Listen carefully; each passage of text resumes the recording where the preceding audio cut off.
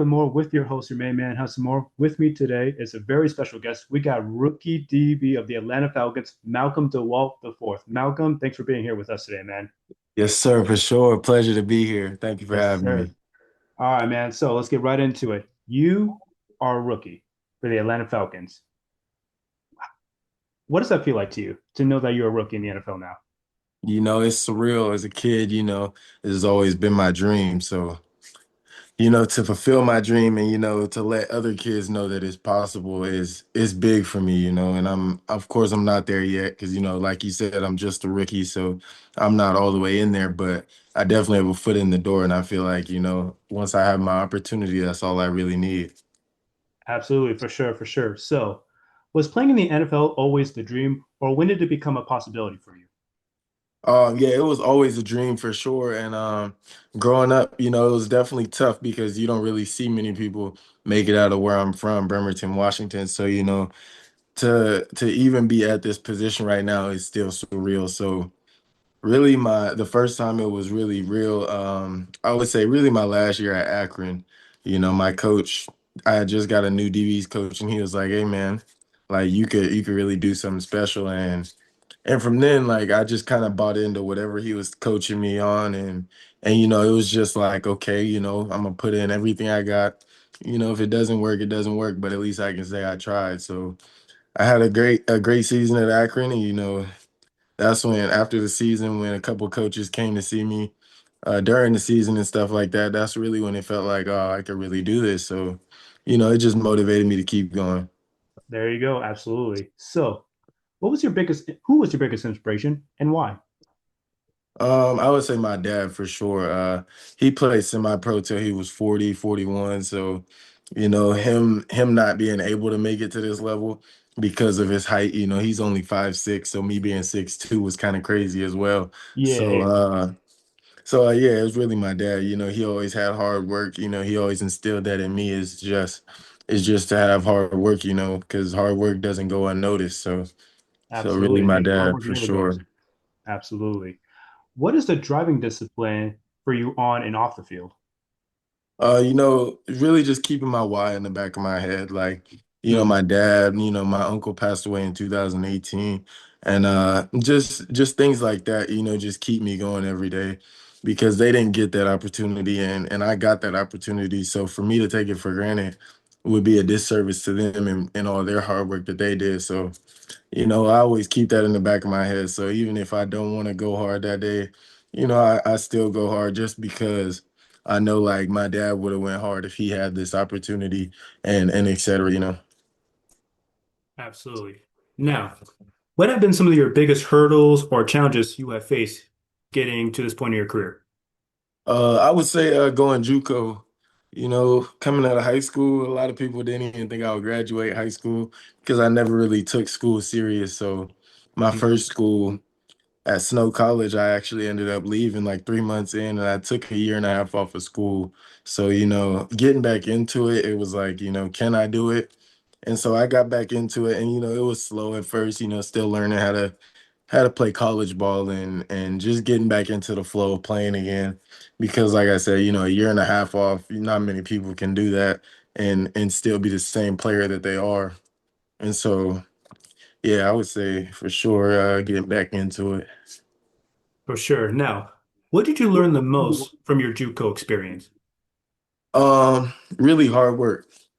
Of course, my dad always instilled that into me, but in JUCO, like it's really just you. Like, do you really love the game? Because you're Right. not given anything. You're not getting NIL. You're not. Coaches don't really. They're not really worried about like, oh, if you make it to the NFL, like they're gonna tell you straight up, like 1% of you guys are gonna go to the next level, and then 1% of that is gonna go to the next level. So just always working hard and just trying to be the best at everything I could do. For sure, for sure. So you started out your college career, JUCO, and then you finished it at the D1 level. What what's the difference between JUCO and D1? Because obviously some people learn from a lot from JUCO and others from D1. Everybody has different experiences, and you got to play both. What were some of the biggest difference between each? Personally, in JUCO, you get to see a lot of different groups of people. There's people that are just there because their parents want them to do something after college Hmm. or after high school, and you got people that were like me, and one of my homies that I met along the way, Aiden Sullivan. He's at Oregon State right now. Just like really wanting it. Like we told each other, like, man, we got 2 years to get out of here. Like if you can't buckle down for 2 years, you don't really want it that bad. So those 2 years, it was every day, we're pushing each other in the weight room. He's a linebacker, so of course he's a little bit stronger than me, but I had started out stronger than him. So it was like pushing him to be stronger than me because I knew what his position required. And then just trying to keep him motivated to, push me. So it was just like a give and take right there. And that was the main thing really. For sure. Now, what was your initial reaction when the Atlanta Falcons signed you, and who was the first person you told? It was surreal. Of course, my dad was the first person I told. We were watching the draft and everything. And Hmm. so I pulled him to the side and I was like, like they just called me and they want to sign me, et cetera, et cetera. And he was just like, we'll go hard and go do what you need to do. And I was like, for sure. And so yeah, it was definitely a blessing. God did his thing on that one. So I love it. Absolutely, yes, he did. Can you describe the feeling of what it's like when you walk into the Falcons locker room and you see your name right there? Man, it's undescribable. Like my locker mates Tua, so just looking up on the whole thing and just seeing Tua next to me and just like people you've been Yeah, watching since you started your journey. So it's for been sure. it's been really cool. Like every day I go in and I take at least 30 seconds to just look like, man, like I did it. Like I did it. Like, I haven't done it yet, Right. but like I'm a step closer and just to have my name on it, it's just like, man, it's definitely like an I did it moment for sure. Absolutely. You're a step closer. Absolutely. Yeah, for sure. So we obviously know that training camp is right around the corner. How are you feeling about that right now? I feel great, I'm prepared. I feel like when I went home for a little bit, got to train with some of the greats, Bobby Wagner and some of those guys and a couple of Seahawks players. And, Hmm. just being able to be around those guys and them making me feel like I belong for sure is one of the main things. So like once I get back here or once I got back here, it's like now it's just up to me to do my part, which is, the playbook, perform on the field, stuff like that. Hmm. Absolutely. Now, for this next month, what are you trying to prove to your coaches, the fans, your teammates, and the GM about you? That I belong, coming from a small D1, Akron's not a big D1, JUCO, Hmm. not many people make it at a JUCO, just being doubted my whole life. I just want to prove to people like I can do it and like, that I am one of the ones that should be at this level and I deserve to be at this level for sure. Absolutely. Now, this one I make sure to tell you about. So, have you thought about taking your first snap in the NFL and how the moment will feel to you? You know, um, I haven't even thought about it. It's been, I've just been focused on trying to grind to get to the best point in my career as possible. And so, Yeah, I know it's gonna be crazy. I'm gonna be a little shocked, but at the same time, you can't be shocked because that's the moment they'll throw a go ball on you. And in my position, that's one of the worst things that could happen. So I'm gonna be locked in sure. for sure, but I'm gonna take it all in, no doubt. For sure, for sure. So you play DB, right? You play at the corner position, and obviously now you're gonna be playing in the NFL. Which wide receiver matchup are you most excited about? Um, probably playing against my dog Jalen McMillan. He plays for the Bucks, so we'll Okay. see him. We'll see him 2 times a year. We played FSP in high school together, and we used to room together for hotel trips and stuff like that. There So you just go. being able to play against him again, and he probably talk a little shit, stuff like that for sure. Absolutely. Now, would you say are your top five receivers you're really looking forward to going up against? Um, as a rookie, I probably, won't get too much time playing corner too much, but You You know, never we got know. a game in Spain. Yeah, for sure. You never know. So we got a game in Spain against Joe Burrow and those guys. So I definitely can't wait for Jamar Chase. You know, we play the Colts. So, you know, some of their receivers like Downs, you know, those guys. And of course, my boy Jalen McMillan. I can't wait to Mhm. see Chris Olave, you know, Jordan Tyson. And so some of those guys in my conference, Ted McMillan, you know, stuff. For sure. And honestly, off that, you are going to Spain in your first year as a rookie. Like, Sure. how's that feel to know you're going to be going traveling internationally in your first year? Man, I would have never thought I'd be out of the country for football. So it's definitely I can't wait, you know, like I'm excited to try new foods, you know, explore different cultures and just, you know, just show them how Americans play football. You know, they don't get the Yeah, opportunity to really see it in person. And so I feel like it'll be a blessing to go out there and, you know, get to meet some of the people that maybe don't get to travel to the States and get to really watch a game. So for sure. So, well, obviously you knew about DK doing his sign language trash talking. Maybe you should work a little bit on your Spanish, bro, so you can do a little you know, I Spanish. know a little Spanish. You know, I was a psych major, so you know, Oh, I there had you to take go. psychology or I had to take Spanish for a semester or two. So I know a little bit. You know, I'm gonna learn some more. You know, have some in my back pocket, but it'll be cool Well, there you go. You should use that on the field, bro. Use that when you're in for Spain, man. sure, for sure. All right. So, what do you want the Falcons organization to know about you on and off the field overall?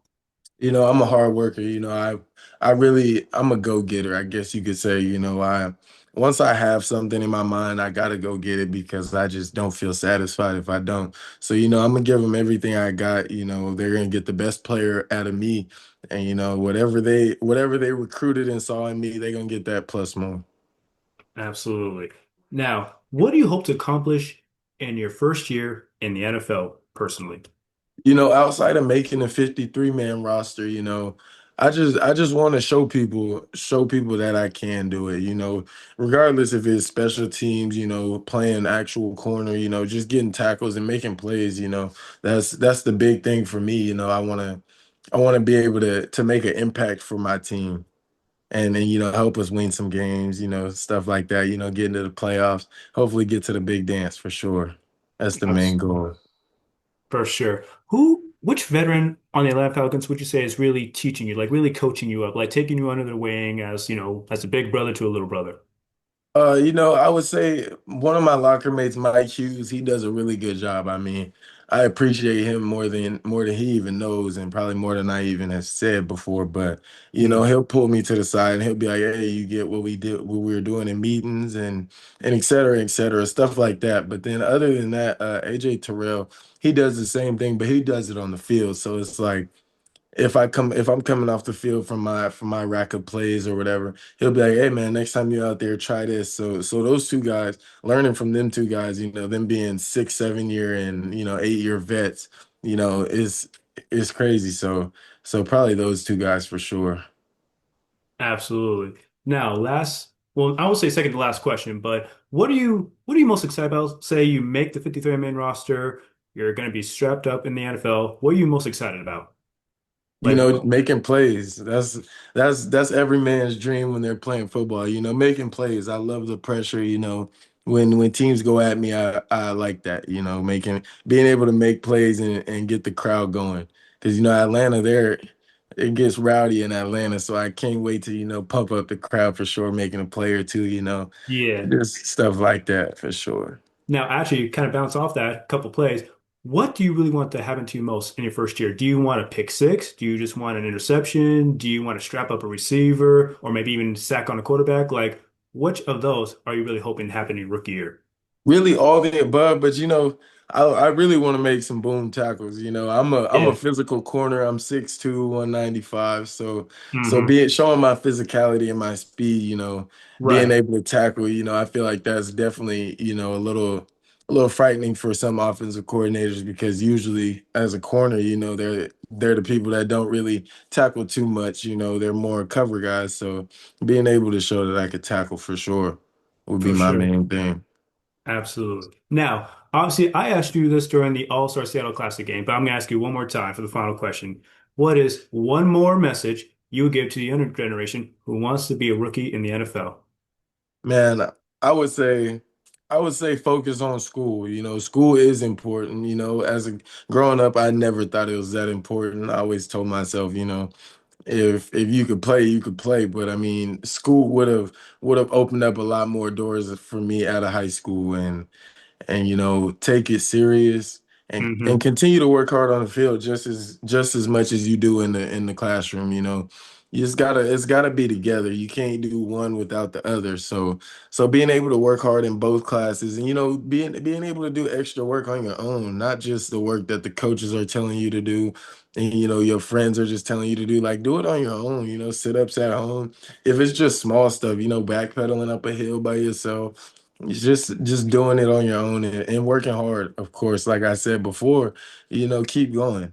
You know, it's always gonna look like nothing's happening, but it's definitely going on. You know, God's working in the background. So as long as you keep working and you're doing your part, meeting him halfway, he's gonna do it for you.